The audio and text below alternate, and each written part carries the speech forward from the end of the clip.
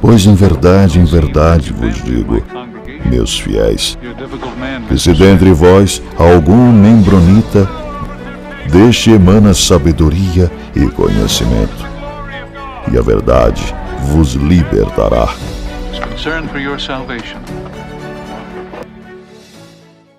Saudações, membronitas! Nossos episódios até então, sobre a igreja têm sido sobre o livro de Mórmon.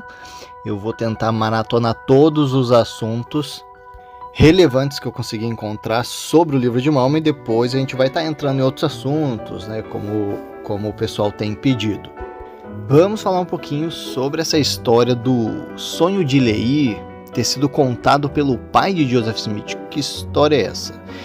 Então, tem um canal no YouTube chamado Tabus do Mormonismo, por Vânia Moore, e um episódio intitulado O Livro de Mórmon foi publicado lá em março de 2017, então é um episódio antigo.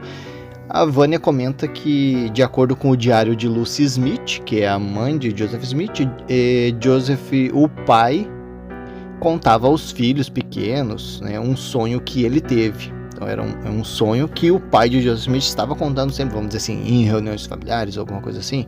Ele sempre contava essa história, onde tinha uma árvore com um fruto agradável e um rio profundo e um edifício alto cheio de gente. Então, de acordo com essas informações, fica muito parecido com o sonho de Lehi que Joseph Smith contou no livro de Mórmon. E é alegado ali que, então, Joseph, tendo criado o livro de Mórmon e não traduzido, das placas de ouro, ele retirou essas ideias, do sonho do pai dele e replicou no livro de Mórmon. Essa é a alegação.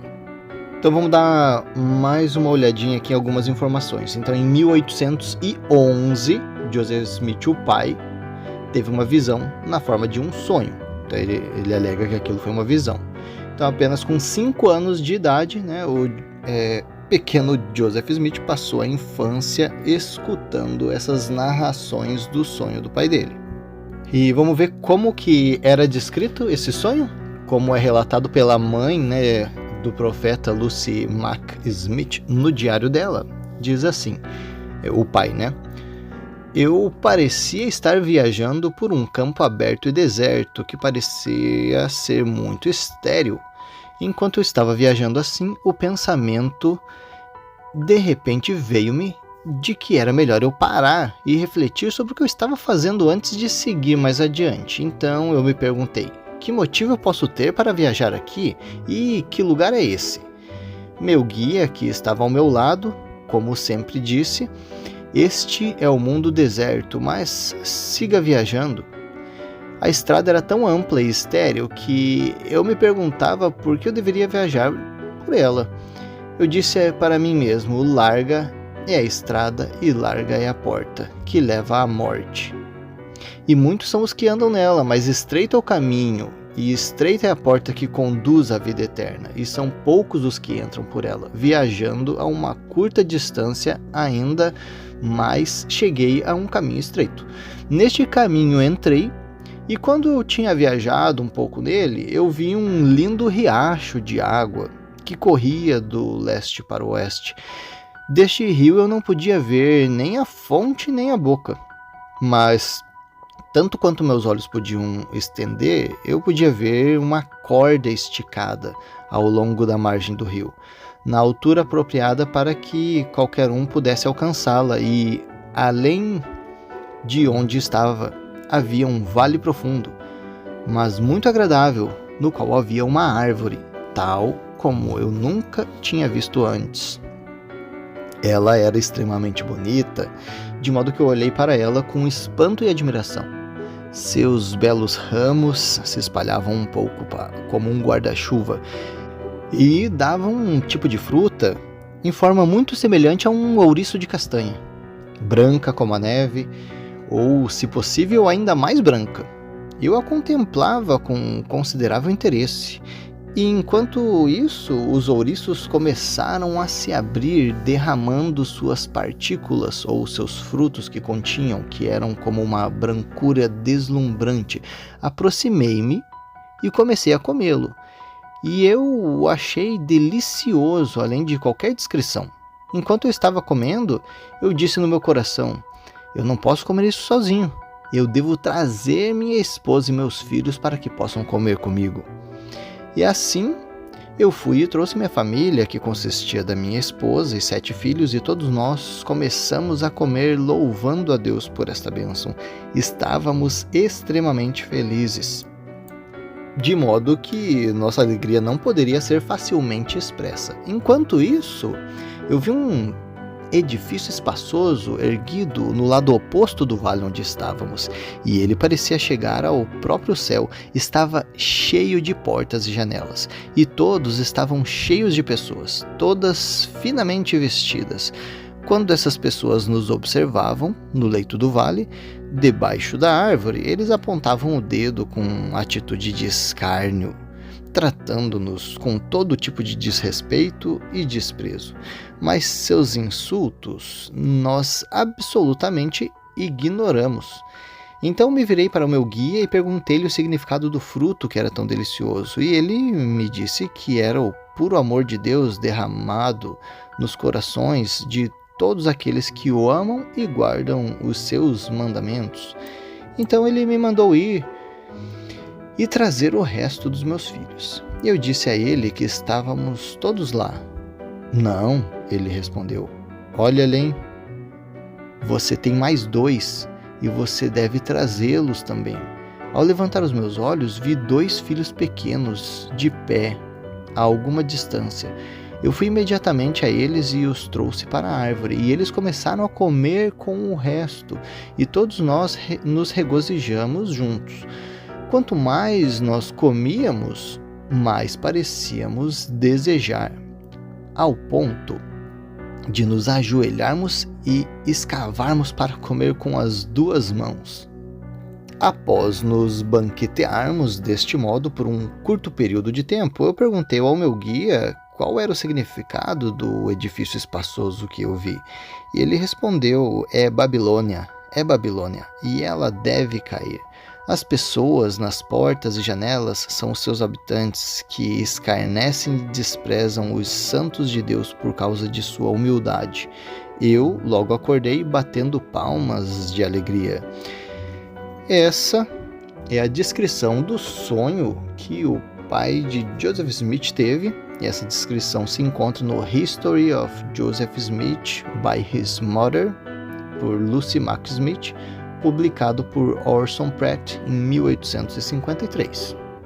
Olha, realmente eu nunca tinha ouvido falar sobre essa história do pai de Joseph Smith ter tido um sonho, né, e disso está relatado no diário da mãe dele, e que esse sonho que ele teve foi em 1811, então foi antes, né, do livro de Mormon ser escrito ou ser descoberto.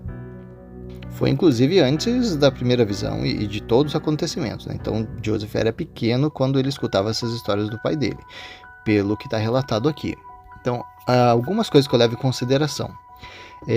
As fontes, tá? Então, assim, fontes são documentos, né, que pessoas escrevem. Então, né, como eu já citei anteriormente, né, pessoas podem mentir, pessoas podem falar a verdade. A gente tenta coletar o máximo de informação possível de fontes diferentes para que a gente consiga fazer uma análise das semelhanças e das discrepâncias, né? Então, por exemplo, eu quero pegar esse assunto sobre o sonho do pai de Joseph Smith. Então eu vou pegar a fonte ali que é vamos dizer, o diário da mãe dele, o diário dele, ou o diário do pai dele, ou de uma pessoa de fora, e eu vou comparar as informações. Para mim, o diário da mãe dele é uma fonte assim bem confiável. Eu nunca diria assim 100% para nenhuma fonte, historicamente falando. Todas as pessoas têm os seus vieses, né, as suas opiniões, os seus posicionamentos sobre determinada informação, e a sua personalidade pode estar inclusa ali, né, a sua opinião pode estar inclusa ali. Então informações podem ser alteradas às vezes mesmo que inconscientemente ou conscientemente. Então o trabalho de um historiador basicamente é tentar coletar o que tiver disponível e fazer uma análise. Eu não sou um historiador profissional, não tenho os documentos originais disponíveis para mim. O que eu tenho são informações que estão contidas na internet que outros historiadores fizeram a pesquisa e disponibilizaram. E assim é com a maior parte das pessoas. Então, realmente, se você não for um historiador e não tiver disponíveis os documentos originais, você tem que se basear no que tem disponível na internet ou em livros, às vezes, escrito por outros historiadores. Então já começa a ser terceirizado informações. Então, o que eu vou levar em consideração sobre essa história aqui? Sim, ela é muito parecida com a história do sonho de Lehi. Então, o sonho do pai de Joseph Smith é muito parecido, tem muita informação muito parecida mesmo. Parecia para mim, enquanto eu estava lendo essa narração, que estava simplesmente lendo a narração do sonho de Lehi, sim, do livro de Mormon. Então não tem como negar uma similaridade. Agora, alguns pontos que eu levaria em consideração. Joseph Smith, o pai, estaria recebendo uma revelação prévia sobre o livro de Mormon. Ele estava recebendo uma revelação de Deus sobre o que ia ser encontrado ou o que aconteceu nas Américas. E isso foi uma revelação? E isso é uma opção.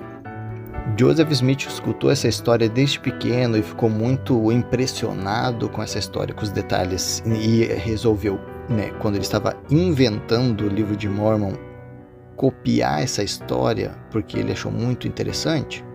É outra opção. Essa fonte aqui que eu citei, History of Joseph Smith by His Mother, publicada por Orson Pratt em 1853. 1853, a igreja já tinha sido estabelecida, Joseph Smith já tinha falecido, a igreja estava em andamento. Então essa fonte poderia ter copiado o sonho de Lehi e transcrito como se fosse um sonho que o pai de Joseph Smith teve, e que foi relatado pela mãe, sendo que isso nunca teria acontecido, tentando fazer de uma forma que isso parecesse uma história sensacionalista, de uma comparação. Olha como o pai de Joseph Smith recebeu uma revelação anterior ao próprio livro de Mormon ser escrito, sendo que essa história foi contada em 1853. Tá confuso, pessoal? eu tô querendo levantar a terceira hipótese de que Orson Pratt, posteriormente a tudo já ter acontecido, escreveu essa história tentando sensacionalizar para que parecesse que o pai de Joseph Smith, que era o patriarca, inclusive, da igreja, tivesse recebido uma revelação prévia. Então, tem essa opção também. Mas essa opção seria desbancada se a gente tivesse uma cópia do diário da mãe de Joseph Smith, escrito lá em 1811, da época que o pai contava aquelas histórias. Então, se tiver esse diário datado daquela época anterior a tudo acontecer, aí essa opção seria descartada. Essas seriam as três principais questões que eu levantaria sobre essa história até então, e agora eu vou continuar a minha análise do que tem disponível na internet. Não encontrei nenhuma menção sobre esse sonho no site Investigações Sud, nem no Reflexão Doutrinária, não vi nada também no Diário História Sud, mas o Investigações Sud ele levanta uma história sobre a Estela 5 de Izapa, a Pedra do Sonho de Lehi.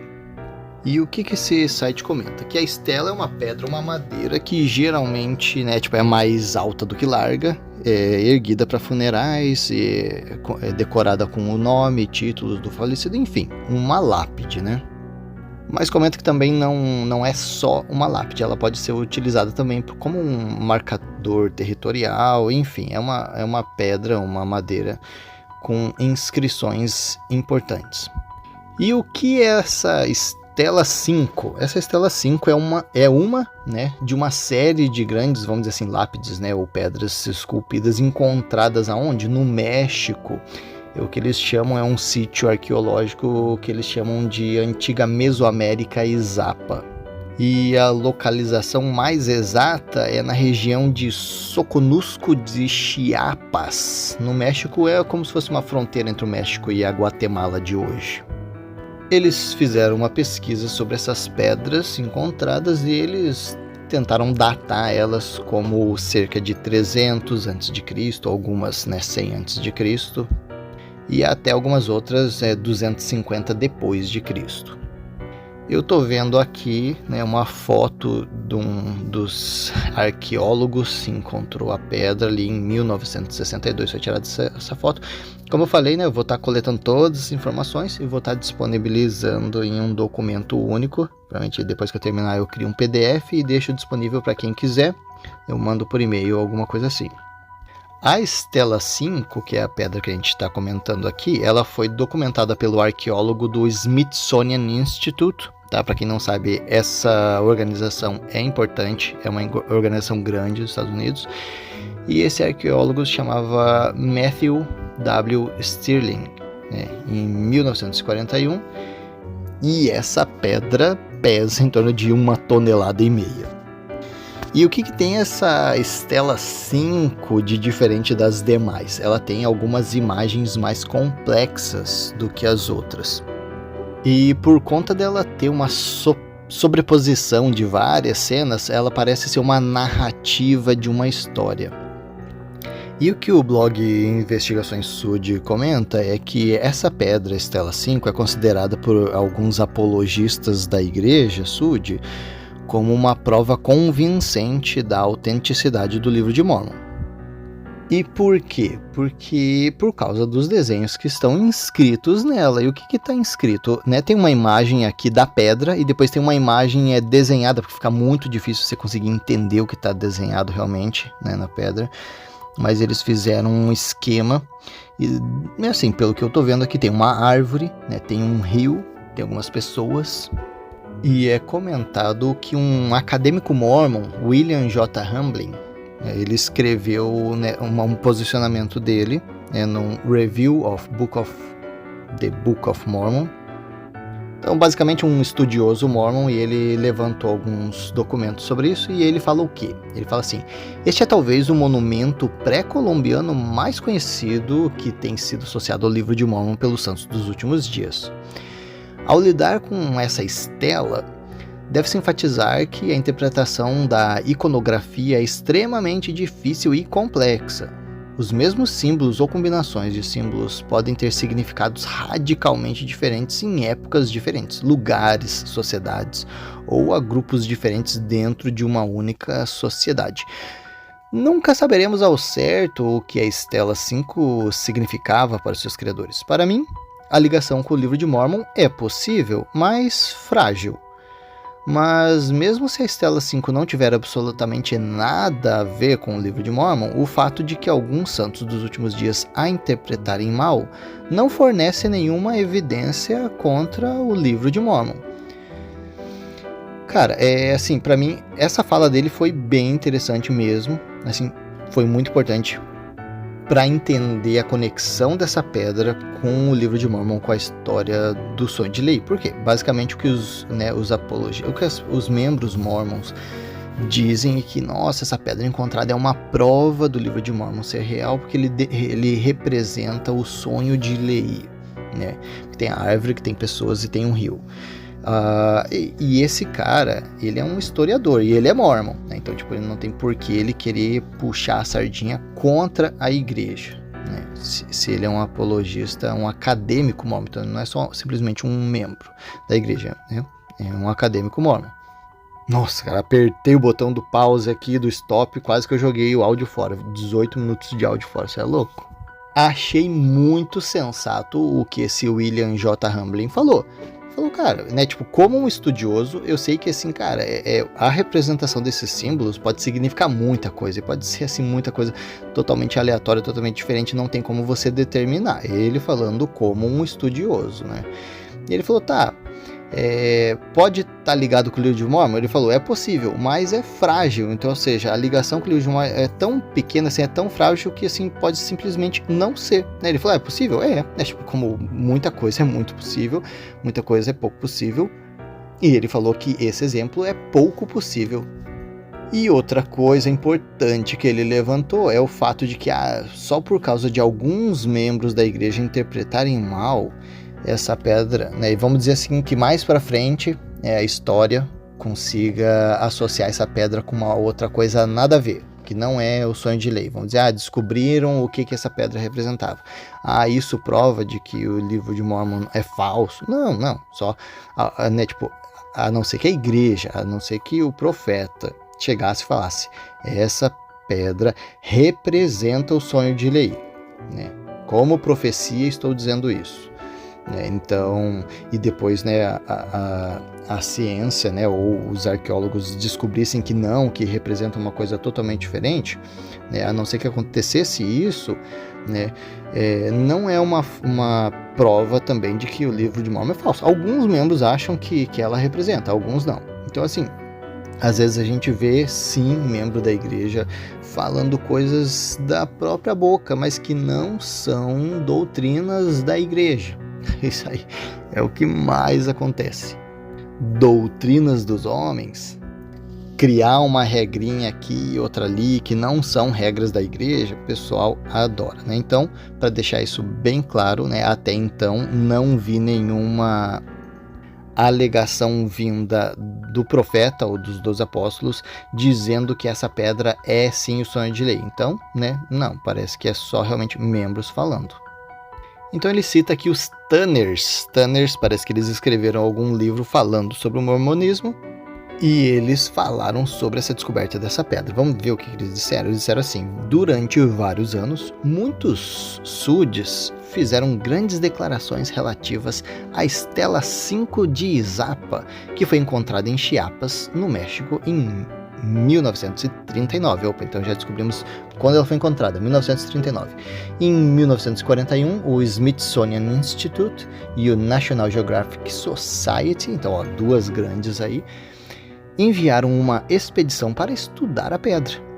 Em uma carta ao autor deste livro, datada de 1º de maio de 1963, George Crosset, chefe da Geographic Research da National Geographic Society, disse: ninguém associado à nossa expedição conecta a estela de qualquer forma ao livro de Mormon. Apesar disto, várias publicações Sud contêm fotos e comentários feitos pelos Smithsonian Institute e pela National Geographic Society que deixam a impressão de que eles apoiam as reivindicações Sud.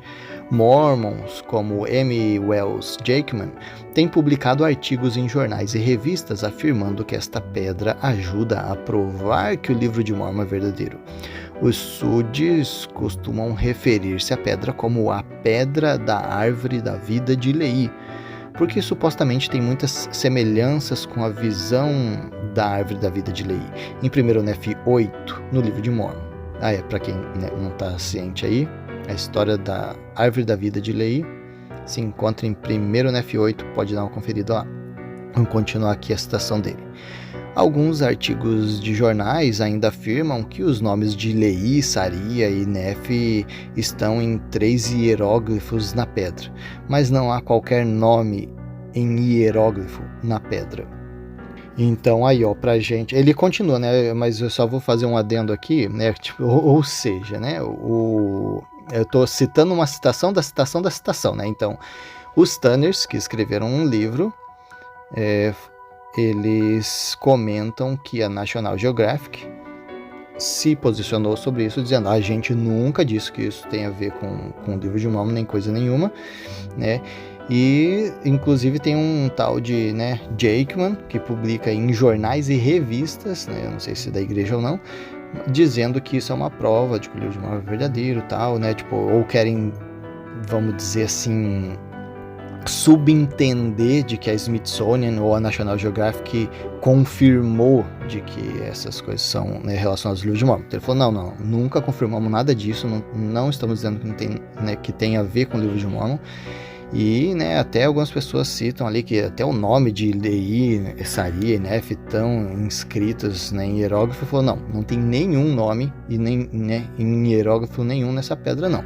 Então, ou seja, às vezes, se isso foi publicado em artigos de jornais e revistas, a gente pode ver como, às vezes, pegar jornais e revistas, mesmo que de época, não pode ser necessariamente uma fonte segura. Porque está lá no jornal de 1900 e não sei o que lá, 1800 não sei o que lá, e estava escrito isso. Sim, se estava escrito isso, provavelmente estava, né? Você está mostrando aqui, mas se aconteceu realmente, é o que eu estou falando. São fontes que a gente tem, é o que a gente tem para se agarrar, para conseguir construir o contexto do que estava acontecendo ou de uma história. E se a gente estuda, né, outros pontos, a gente vê que, né, tipo, a gente pode fazer uma conclusão diferente do que a gente teria se analisasse somente um. Então, se a gente analisasse somente o que o Jakeman falou, o que aqueles jornais e revistas publicados estavam falando, a gente vai pensar que sim, está super confirmado de que até o Smithsonian e a National Geographic confirmaram. Mas se a gente vê o que o cara está comentando aqui, a gente vê que não, eles não comentaram. Então, assim, por isso é importante fazer análise de várias fontes. O George Crosset, da National Geographic, também comentou que tem uma outra pedra que está, né, inclusive no Museu Nacional do México, é uma pedra chamada Chapultepec, que ela tem as inscrições muito parecidas com essa, como se fosse uma duplicata dessa pedra. Então, né, só mais uma curiosidade sobre essa pedra.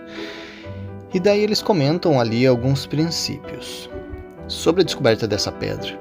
Ele fala que o Jakeman fez uma análise tendenciosa, né, dessa estela 5 e comentou ali, né, então tem a árvore, aí tem algumas personificações ao lado, né, eles comentam que essas personificações são divindades mesoamericanas, mas que o Jakeman comentou ali, tipo, tem um homem barbudo com uma corcunda que representa um sacerdote.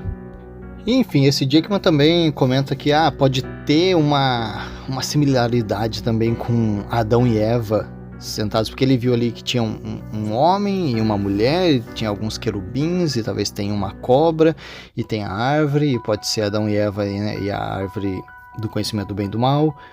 Então, realmente, muitas interpretações podem ser feitas em cima de achados. E por isso que é importante fazer a análise com muito contexto, com muita informação. Vamos dizer assim, o que eu levaria em conta, cara? Algum estudioso, algum arqueólogo que conhece muito de América, né, América Antiga e das crenças e costumes, para ele pegar uma imagem dessa e analisar e falar, isso aqui pode ser tal coisa, pode ser tal coisa. Então, levantando na questão religiosa, foi levantado que poderia representar, né, Sara e Leí, poderia representar Adão e Eva, poderia representar Noé e sua esposa depois do dilúvio. Bom, tô dando uma analisada aqui nas afirmações dos estudiosos sobre essa pedra, né? Então, assim, esse Jakeman é um membro SUD e ele levantou algumas suposições de que essa pedra poderia ser a representação da árvore da vida do sonho de Leí, né? Mas tem alguns apologistas SUD também que comentam sobre isso e que falam, não, cara, não tem nada a ver, como o John Clark, mas assim, eu não vou citar todos os estudos aqui, porque tem muita informação, tá? É só para levantar essa curiosidade para vocês, dessa pedra. E esse evento, né, nos mostra que sim, né, muitas vezes, né, como membro da igreja, a gente vai tentar criar algumas informações, ligações dessas informações com histórias da igreja, histórias, né, que não são oficiais da igreja, né? Então, se a igreja oficialmente falar essa pedra é referente ao sonho de Leí, aí sim, aí a gente vai levar em consideração como uma doutrina da igreja, senão são só especulações. Ainda fazendo uma análise sobre essa pedra encontrada, um estudo da Irene Briggs, em 1950, ela tentou fazer algumas comparações com essa pedra e alguns temas de arte do Oriente Próximo. Ela encontrou 5 paralelos temáticos, né, comparações, mas elas não mostram nenhum estilo artístico semelhante. E o John Clark, que é um membro da igreja, que ele fala sobre o Jakeman, que é um outro membro da igreja, mas esse Clark, ele rebate as informações do Jakeman. E basicamente o que ele diz, olha, assim, o que você pode levar em consideração que sim, é evidente na pedra, é uma árvore e uma água, um rio.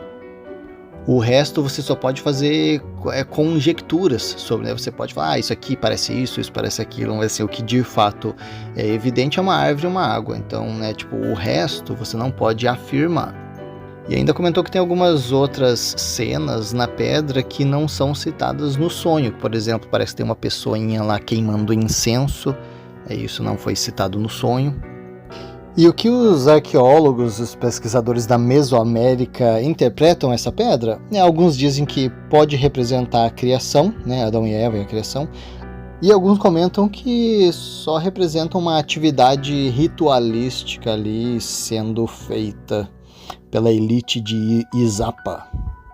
E o blog Investigações Sud comenta que parece que alguns apologistas mormons acabaram colocando a carroça na frente dos bois, e tentando dizer que isso é uma prova, sendo que não necessariamente é.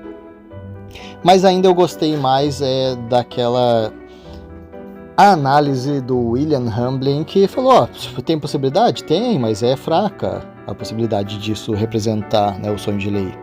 E também confirmou que se alguns membros da igreja dizem que ela representa o livro e isso estiver errado, também não é uma evidência de que o livro de Mormon é falso, não, só o pessoal ali se enganou.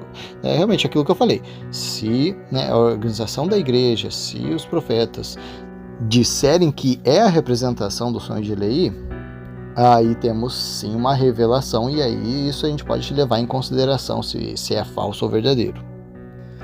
Estava lendo ali os comentários nessa publicação da Investigações Sud e tá falando ali que uma pessoa ali, um tal de J. Passos, falou, tua vida deve ser muito monótona, tá aí perdendo tempo atacando a igreja, tem tanta religião aí para você atacar, vai atacar, o candomblé, católico, protestante, agnóstico, budista, muçulmano, hinduísta, animistas, nossa, nunca ouvi falar de animista. E comentou ali sobre a regra de fé, 11ª regra de fé que foi citada: pretendemos o privilégio de adorar a Deus, o Todo-Poderoso, de acordo com os ditames de nossa própria consciência, e concedemos a todos os homens o mesmo privilégio, deixando-os adorar como, onde ou o que quiserem, ou o que desejarem. E essa investigadora é uma mulher, que escreve Investigações Sud. Respondeu que a igreja não a incomoda, mas as mentiras contadas pela igreja. Ela comentou que não participou das outras religiões mencionadas, por isso ela só escreve sobre aquilo que ela conhece, então sim, faz sentido. E ela comentou que o pessoal pode adorar quem quiser, o que quiser, o profeta que quiser, ela não impede. O ponto que ela quer defender é a verdade e expor as mentiras. Sim, entendi. Até porque essa 11ª regra de fé pode ser uma faca de dois gumes, Então, ao mesmo tempo que nós, como membros da igreja, queremos ser respeitados e o nosso nosso direito de adorar a Deus da forma que nós quisermos, queremos que isso seja respeitado. Da mesma forma, se a pessoa quer demonstrar a sua posição contrária, faz parte da crença dela e também deveria ser respeitado.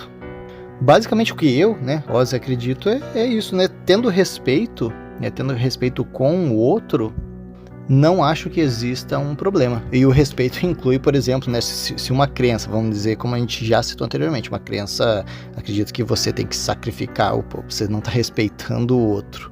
Ataque agressivo, ataque terrorista, mutilação. O ponto que eu acredito que essa investigadora está levantando é que os membros da igreja estão sendo enganados com algumas mentiras e ela quer expor. Eu acho que é direito dela, até por ela já ter sido membro da igreja também. Fazendo isso de forma respeitosa, não vejo problema. Respeitosa e verdadeira, sem inventar história. Vamos seguir aqui o nosso episódio. O site Mais Fé, o que ele diz sobre essa história do sonho de Lehi, de Joseph Smith ter copiado o sonho do pai dele.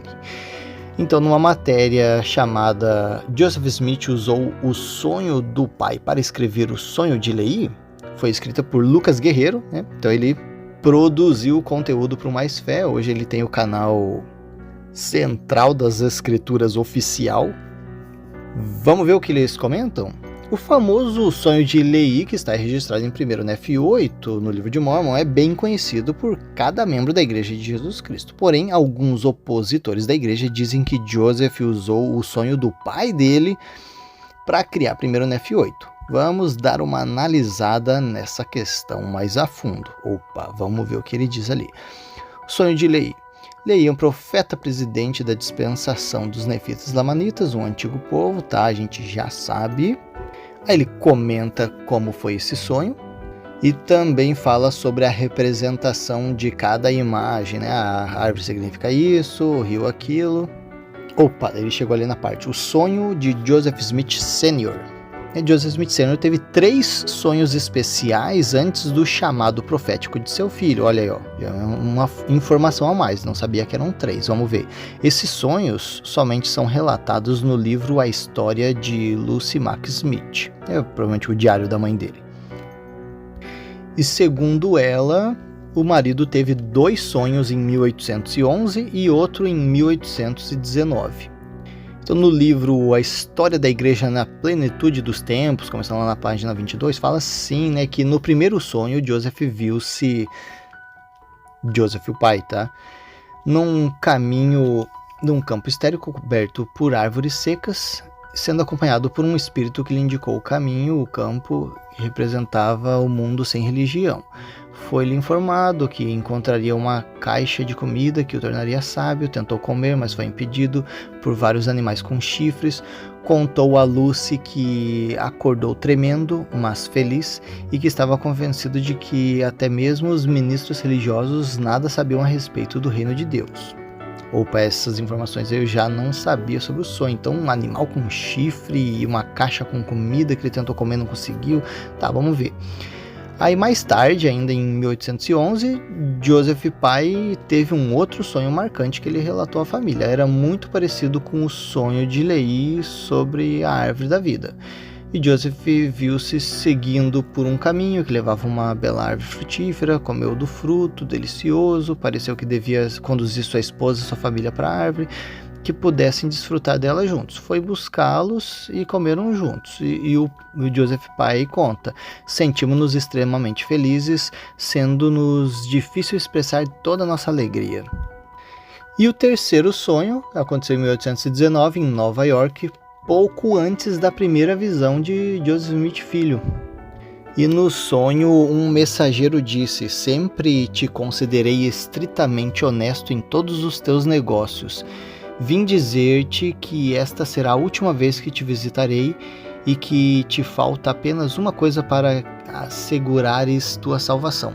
E acordou antes de descobrir o que faltava. Que droga, né? Nossa, essas coisas que acontecem em sonho é pilantragem. Você tá ali prestes a receber uma informação valiosa e de repente, acorda. Aí o Mais Fé comenta sobre todos os paralelos entre o sonho do Joseph Smith pai e, né, o sonho de Lehi. Ele fala assim, né, tem muitos paralelos, comenta vários, né? Então ele fala: esses paralelos demonstram uma relação clara entre o livro de Mórmon e a narrativa de Lucy no sonho do marido. E ele fala assim, como Lucy se lembrou de Joseph pai tendo esse sonho em 1811, anos antes da publicação do livro de Mórmon, a visão cética geralmente é de que Joseph Smith apenas, né, o filho, estava usando detalhes do sonho do pai dele e reescrevendo para inventar o livro de Mórmon, né? Mas isso é uma visão cética e vamos ver as considerações que eles levantam. Eles comentam que quando a Lucy Mack Smith, né, ela escreveu o livro dela, ela não escreveu sozinha, teve a Martha e o Howard Corey que auxiliaram nessa escrita. Entendi. Então tem o diário dela e tem o livro que ela escreveu. Então quando a Lucy Mack Smith, a mãe de Joseph, estava mais idosa, ela escreveu esse livro e algumas pessoas ajudaram. E diz que eles editaram algumas partes e tal. Ele cita ali uma historiadora chamada Charlene D. Hawcroft. E comenta que os estudos dela deixaram essa história mais complicada ainda. Por quê? Vamos dar uma olhada. Com base em sua pesquisa, Hawcroft concluiu que a história de Lucy era uma produção ainda mais em camadas do que se pensava anteriormente, que deveria encorajar os historiadores a começar usando a história de Lucy com cautela. Então já está colocando em xeque a veracidade de algumas informações. Tá comentando ali, o sonho de Joseph Smith, pai, aconteceu em 1811 e Lucy escreveu sobre esse sonho em 1845, 34 anos depois. E nesse meio tempo, o livro de Mormon já tinha sido publicado. Então, o livro de Mormon, né, enfim, é muito mais provável que a Lucy e os seus ajudantes tenham se baseado nos escritos do livro de Mormon para fazer essa narrativa. Lembra, eu tinha colocado uma terceira opção lá, de que eu queria saber se essa narrativa foi criada no diário dela na época, em 1811, ou se foi feito depois. Se foi feito depois, né, ou foi feito por Orson Pratt, né, poderia ter sido simplesmente copiado a ideia, né, do livro de Mormon. Então é o que está aparecendo aqui, de acordo com o estudo dessa historiadora Howcroft. Ele continua ali, nada disso quer dizer que Lucy ou os Corys estavam mentindo ou enganando intencionalmente quando contaram, né, o sonho do Joseph Pye. As práticas autorais e editoriais do século XIX nem sempre eram tão rígidas quanto são hoje, e os escribas frequentemente reformatam ou reaproveitam o material fonte conforme consideram apropriado para criar sua história convincente. Portanto, seria injusto julgar Lucy e os Corey com base em padrões editoriais modernos. Bom, eu particularmente acho que assim, mentira é mentira independente da época. A tentativa de enganar, né, ela é a mesma independente de época. Não conheço a fundo Lucy nem esses Corey, mas coletando a informação agora de que, né, esse sonho aconteceu em 1811, mas só foi relatado lá depois do livro de Mormon estar pronto, lá em 1845, né? 45, aliás, é depois da morte de Joseph Smith. E considerando que tem essa estudiosa aí que fez uma análise mais completa do que eu, né? Vamos dizer assim, a vida dela é estudar, eu trabalho em outra coisa. E ela tá dizendo que, vamos pegar essas informações aí com cuidado, porque essa narrativa pode estar meio complicada. Me leva a questionar, né? Então, assim, qual narrativa, entre todas que a gente conhece, a gente pode levar em consideração? O que a gente, como membro da igreja, às vezes leva, né, a ferro e fogo como uma verdade absoluta, sendo que às vezes, né, só foi baseado em uma fala de alguém, né? Mesmo, vamos dizer assim, a gente tá vendo que a mãe de Joseph Smith, né, contou uma história depois que pode estar, né, alterada, ou pelo menos manipulada.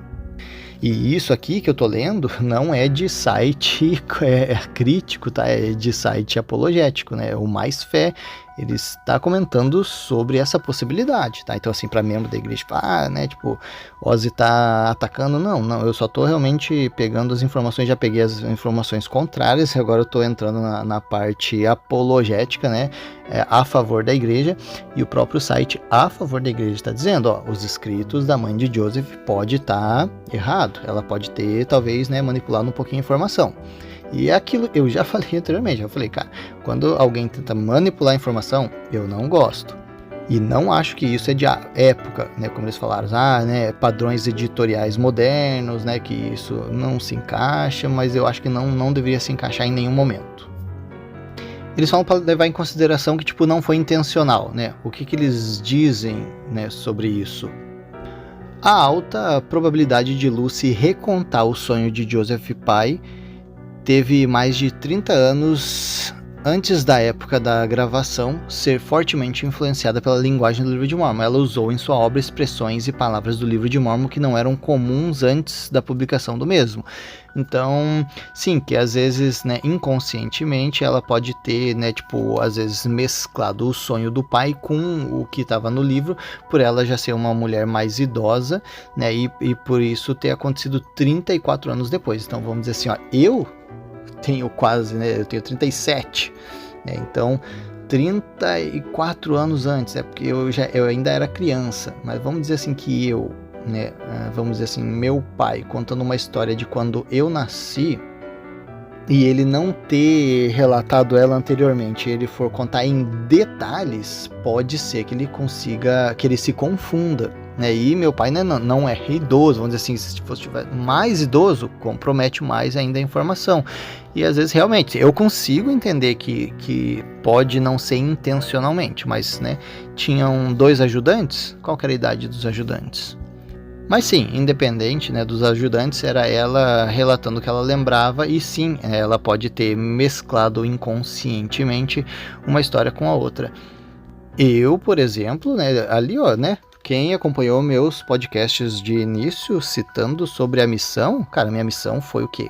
10, 15 anos atrás, metade desse tempo, e eu não lembrava de muito detalhe, que se não tivesse escrito no meu diário de época, eu não ia lembrar desses detalhes. Com certeza não. E se fosse para eu citar, né, as informações, eu ia citar assim, o que era mais relevante sem ter acesso a muito detalhe. Por exemplo, né, quase levei tiro, muitas situações críticas da minha missão, eu vou lembrar delas, mas sem tantos detalhes. E se às vezes eu escutasse uma história, né, semelhante à minha, eu poderia inconscientemente coletar detalhes da outra história como se fosse da minha e anexar a minha inconscientemente. Sim, consigo entender que tipo não seja, né, intencionalmente uma mentira. Sim. Mas aí vai aquela questão de, né, a gente às vezes como membro, a gente pega uma informação e pinta como se fosse ouro, pinta como se fosse verdade absoluta, e a gente não considera as possibilidades. É isso que às vezes me deixa chateado, a gente não considerar as possibilidades de algo estar equivocado, de algo ser mentira. E isso leva àquela situação ali dos comentários no site, no blog da Investigações Sud, que a pessoa fala, não, é porque quer perseguir, não, é simplesmente a pessoa contando uma versão diferente da sua. Se ela não serve para você, se ela não faz sentido, se você não está interessado, acho que não tem problema. O que mais o site Mais Fé comenta sobre isso? Os céticos podem usar as semelhanças entre os sonhos, né, de Joseph Pye com a história de Leigh como evidência de uma fraude, né, mas isso não precisa ser uma conclusão padrão. Sim, não precisa ser uma conclusão padrão, mas, né, pode ser uma conclusão, uma possibilidade. E eles comentam ali, e há, né, de se considerar ali, né, o milagre da tradução do livro de Mormon e várias evidências arqueológicas sobre o sonho de Leigh, como o monumento da árvore da vida, encontrado no Peru, foi construída na encosta da Baía de Pisco, na costa peruana, que essa é uma antiga escultura pré-colombiana conhecida pelos peruanos como Árvore da Vida. Ela mede cerca de 778 pés. Fala pés, 240 metros por 120 metros. E a pedra Estela 5, que contém um desenho da Árvore da Vida e elementos do sonho de Leigh. Opa, ainda bem que a gente fez um estudo um pouco mais aprofundado sobre Estela 5, para a gente saber que não, né? Não necessariamente é uma, como que ele chama? Evidência arqueológica do sonho de Leigh. Opa, então agora a gente vê, tipo, o próprio site Mais Fé está dizendo que a pedra Estela 5 é uma evidência arqueológica do sonho de Leigh, quando a gente viu que não, né? Mesmo estudiosos Sud dizem que não. Pode ter uma leve semelhança, mas não é. Então assim, a gente está vendo um site que leva em consideração o site Mais Fé ser um site grande e responsável, colocando algumas informações que são questionáveis. Então assim, pra gente, vamos dizer assim, se a gente não tivesse feito esse estudo sobre o Estela 5, o que a gente ia fazer? A gente ia considerar que esses 2 monumentos sejam evidências arqueológicas do sonho de Leigh, né? Então assim, o monumento da Árvore da Vida lá no Peru, né, de 240 metros, não fiz o estudo, não conheço, acabei de ver essa informação aqui. Se ela for relevante, eu vou correr atrás e vou pesquisar. É isso que a gente tem que fazer, né? Eu vou dar uma pesquisadinha depois, esse episódio aqui já tá ficando bem longuinho, Mas como esse monumento da Árvore da Vida foi associado à Pedra Estela como evidências arqueológicas, e eu já sei que a Pedra Estela não é uma evidência arqueológica, eu já vou semi-desconsiderar esse monumento da Árvore da Vida. Eu vou dar uma estudada depois, né, sobre ele, só para confirmar, mas, né, a gente já vê, né, o tipo de informação que está sendo disposta aqui. Basicamente, o que o site Mais Fé falou assim, né? Os céticos dizem que o sonho do Joseph Pye é parecido com o de Lehi e é uma evidência da fraude. Então eles teriam que desconsiderar todas essas evidências arqueológicas do sonho de Lehi, que é o monumento da Árvore da Vida e a Pedra Estela 5.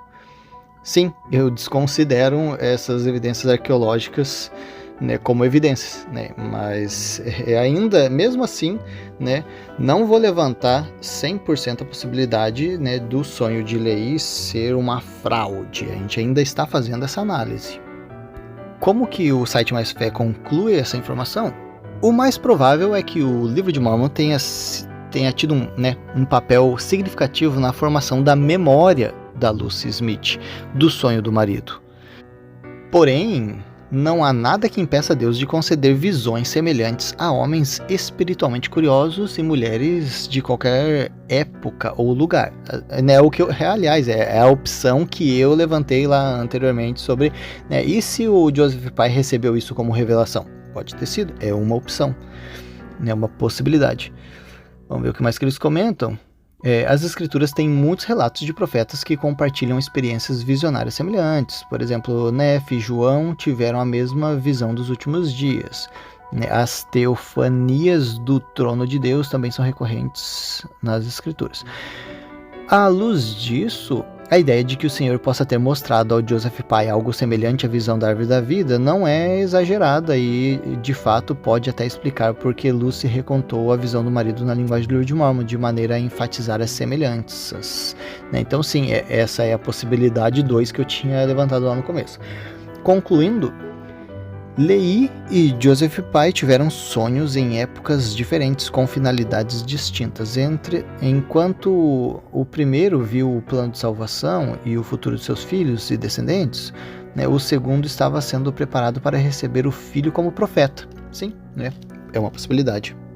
A minha conclusão pessoal mais importante sobre esse estudo que eu fiz hoje primeiro, só comentar com vocês. Eu tentei pegar o site, né, Fair Mormon, ou Fair LDS, para pegar as informações, o que eles dizem. Eu sei que eles têm muitas respostas sobre esse acontecimento, e o site está em manutenção, né? Então, infelizmente, não consegui pegar as informações, mas eu sei que o Mais Fé e o Lucas Guerreiro, eles coletam as informações deles, né, a narrativa, né, do site Mais Fé e do Lucas Guerreiro vem muito embasado em informações do Fair Mormon. Então eu acredito que muito do que a gente viu aqui do Fair Mormon veio de lá, né? Então, mas ainda assim que o site voltar ativa, eu vou pegar informações de lá e vou expor se tiver alguma coisa relevante que eu não tenha comentado aqui nesse episódio. Inclusive,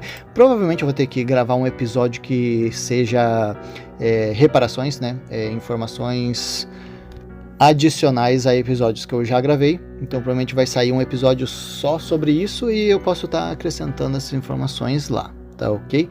A minha conclusão, acho que mais importante para mim aqui, é a relevância de informações antigas, né? Por exemplo, né, a gente vê algumas pessoas comparando a Pedra Estela 5 como uma evidência arqueológica, né? Então, a gente vê que não é uma evidência arqueológica, tem várias contradições sobre isso.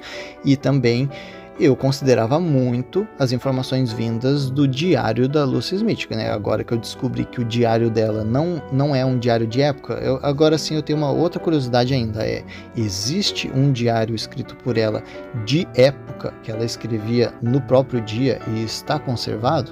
Gostaria de saber, né? Então, assim, eu consideraria mais as informações vindas desse diário do que de um livro póstumo que ela escreveu, né, na terceira idade, com a ajuda de outras pessoas e que foi editado e reeditado. Porque sim, eu acredito que possa ter alteração de informações. Minha conclusão sobre essa história toda do sonho de Lehi, para mim parece, né, que sim, a maior probabilidade é de que a Lucy tenha contado mais com as memórias do livro de Mormon do que de fato com o sonho que o marido dela teve 34 anos antes.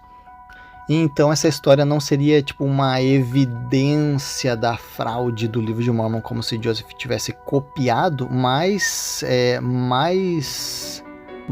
mais provável do que isso é de a própria mãe dele ter, né, comido bola aí nesse relato dela do sonho. Espero que esse episódio tenha sido de proveito para vocês. Lembrando que qualquer informação extra que vocês tiverem, manda para mim nos comentários, manda link, manda alguma coisa que a gente vai estar dando uma analisada e compartilhando aqui com vocês, tá ok? A gente vai ficando por aqui com esse assunto e até a próxima!